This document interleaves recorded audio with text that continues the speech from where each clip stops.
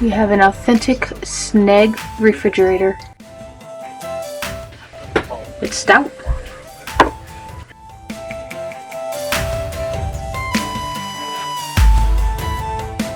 Okay, so let's see to make sure this lamp works before we get too deep in this.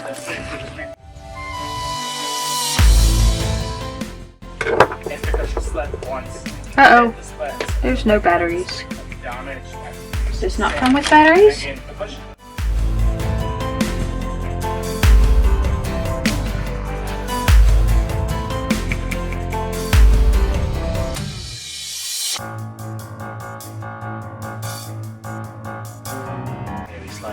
Time to get some button batteries.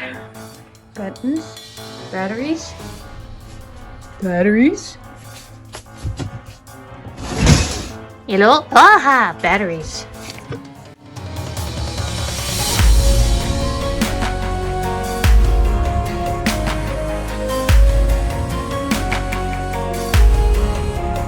Okay, so strike one.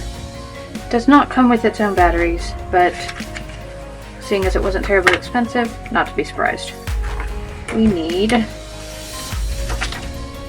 B16, B17, B15. B15. This one looks like it's got some slight damage on it, so we'll have to be a little careful with that. Not anybody's fault. I think that just comes with the way the wood is made. Alright, so this one is longer, so yes, it matches with that. And then we've got the two shorter side pieces. Now we also need B18, which is this little tiny piece. So tiny.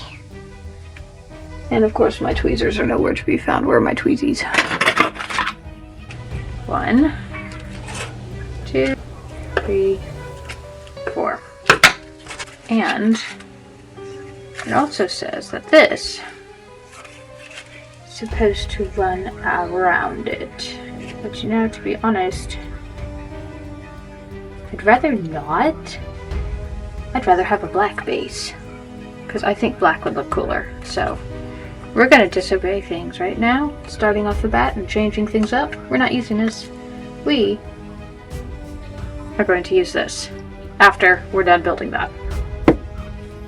Why? Because I'm psychotic. Take this and promptly breaking it. Ah, well.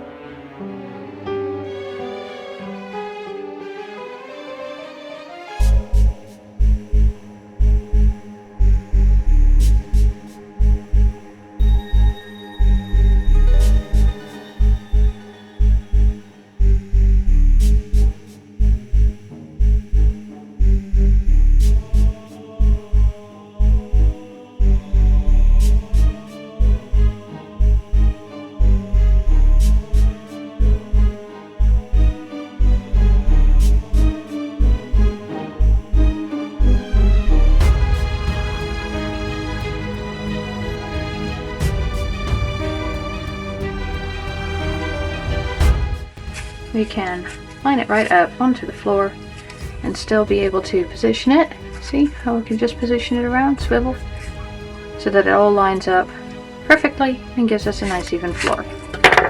So let's get some glue on and get it posted.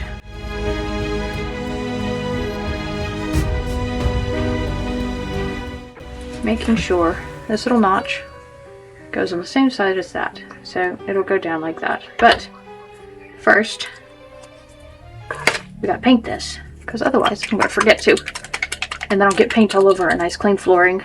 That will do us no good at all.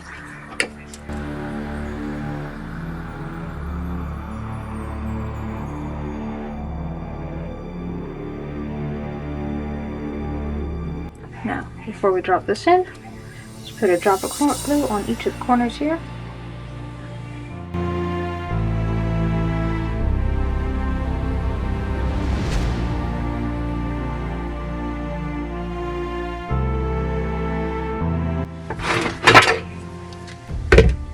That pressed flat for a bit while that glue's set.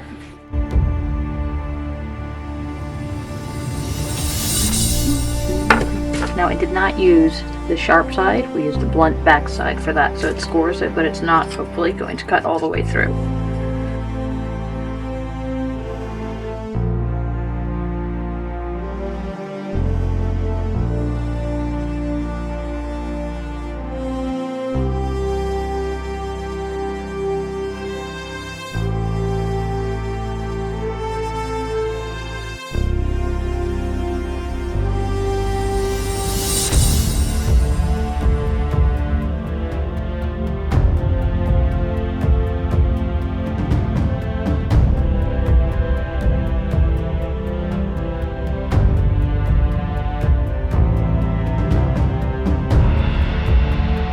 I like how they actually took the time to plan out where the paper would be folded, so that none of our actual pieces that we have to use are creased or damaged. That was actually pretty cool that they paid attention to that kind of detail.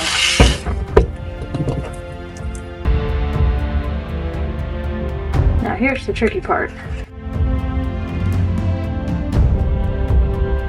See those little teeny weeny things right there? Those actually have to be cut out and put into the corners right here.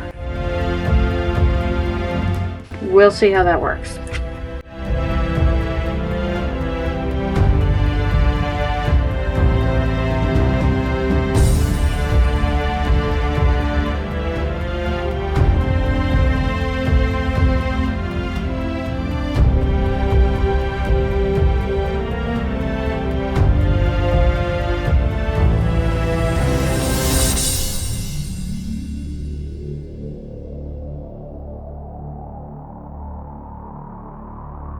Okay, so now we have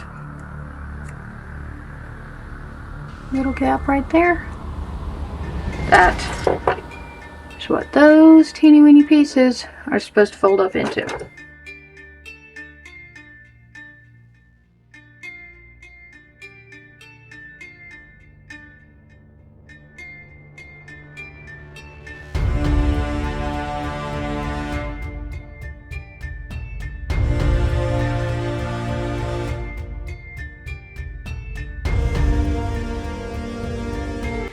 Uh-oh.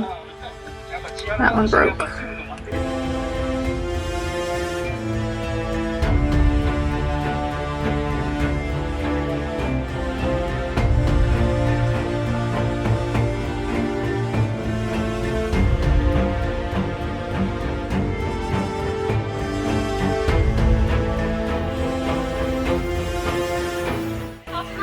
Now, before we start putting on bits of paper and stuff, the question is, do we want white cabinets? Or shall we make this more uniquer?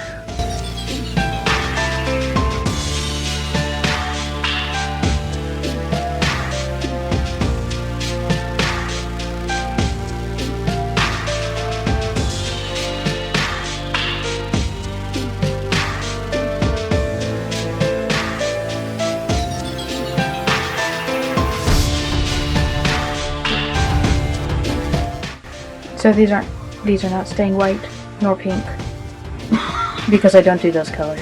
It's just not me. So I'm gonna paint these and I'll get back to you all when it's all dry. Place your bets as to what colors we're going for.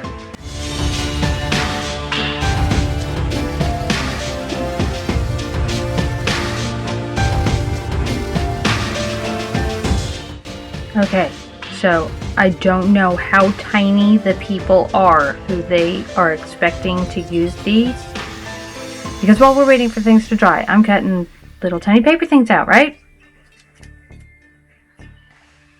See if it'll focus. Focus on the little tiny image. Do you see how tiny that knife is? See how tiny that is? I'm supposed to cut that out, fold it down the middle, somehow glue it together without it attaching itself to my fingers. I do know this comes from China, at least, yeah, well, that's where it's made, but you know, it's probably designed there too. And I do know Asian people are extremely good at detail, much better than my little ADHD self, but Lord have mercy, they're not miniature people. Their fingers ain't that tiny. Somebody got some mad skills to do this all nice and neat, Lord have mercy.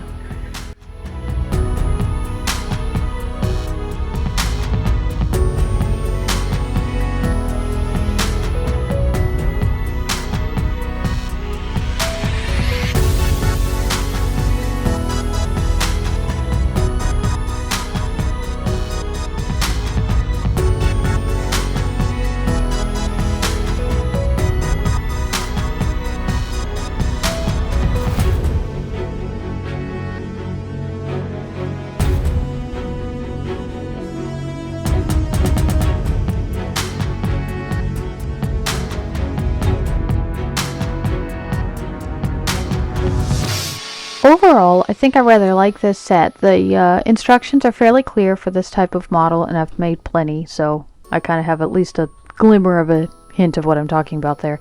And there's plenty of opportunity to actually alter the set, making it more personal. In this case, I chose to add the cabinet, or the glass to the cabinet with UV resin, and try a bit of marbling on the counter, which would have been a little easier had I actually used proper, pour resin for that, or, pour paint, whatever, what do you call that stuff? Are there any drawbacks? Well, the only major drawback that I can say this kit had was the impossibility of how tiny some of the details are. I was able to assemble pretty much everything with a bit of a struggle, except the kitchen knife, which literally fell apart in my fingers trying to cut it out and fold the tiny pieces. I had a dollhouse knife laying in my stash that was able to replace it, but that is an issue to keep in mind should you want to try this kind of kit itself. Another thing which isn't exactly a deal breaker is that it didn't come with the batteries for the lights. It isn't a huge issue, but it is a little funny, as it probably would cost me more to buy the batteries for the lights than I actually spent on the actual kit. At least if you buy, the name brand ones, Rovac or whatever. You might be able to get some cheap ones at some place like Harbor Freight. What would my favorite detail be to this little kit would probably have to be the little orange slicers. Slices, I should say, not slices. They are the cutest thing ever. I don't know what this is made out of. It kind of reminds me of an eraser, but not as crumbly. But the detail on it is so beautiful, and they slice very nicely. And it allows you to have different thicknesses of the oranges. Could have done them super duper thin if I wanted to. But just to have them be able to be an actual detail that you can create instead of having like a piece of paper that you glue down, which would have kind of killed a lot of the realism.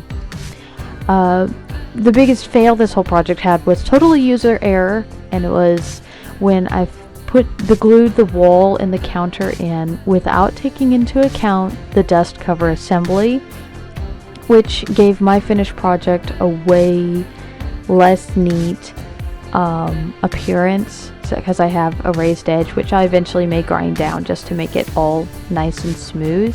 What I think I'll do for the next project is I'm going to go ahead and assemble the dust cover first, which I don't think I'd normally suggest that, but I think I'll do that first, just so that I actually have that for reference, so I can take it on and off and actually use it for spacing purposes, so I don't accidentally have that same issue. All that being said, I actually do have another kit, the larger room, that I'm going to try to assemble here. As school year starts, we'll see how long it actually takes me to get to it. But I think I'm going to take some of the things that I've learned from this kit and actually apply it to the next kit, such as looking at the box more carefully to begin with and deciding, okay, what changes do I want to make before I actually get to the process of assembling it, because that way I'll actually have a direction to go in. It'll be a little less haphazard. There, English. and then I'll be able to have those changes already made so that the assembly time will be a little neater. Finally, maybe keeping some cotton swabs and rubbing alcohol on hand. I'm not positive, but I think that might help with the many little glue strings that keep sneaking up on me. This stuff, I absolutely love that glue, but it does string like crazy, kind of like if you're hot gluing something and then next thing you know you have a spider web all over the place. But I think I will take that and see if I can use it to remove the extra bits and bobs that don't belong, and I'm hoping the alcohol will actually just kind of remove it instead of just smearing it, because I know water does not take it off as easily. But you know, we'll see. Anyway, if you're ever perusing your favorite website and happen to come across these cute room kits and have 3 to 4 hours to kill and have the patience to actually sit down and not get frustrated with this kind of thing, it is a detail thing, so unless you actually enjoy that level of detail, I think they're totally worth the money. This one was, I think, cost me about $8 and some change, maybe $9. It wasn't more than 10. And it was a really cute little project. Took me, I think, a total of 4 hours with many interruptions to fully assemble, and obviously that's excluding some time for it's including / excluding some time for the extras that I did for it, because that it required paint drying and stuff like that. If I hadn't have done that, it probably would have taken me about 3 hours start to finish to assemble the entire thing, because most of the time is spent cutting things out. It's not actually spent with the assembly itself, because that actually doesn't take terribly long and the glue dries fairly quickly. So that's that for this time. See you next time.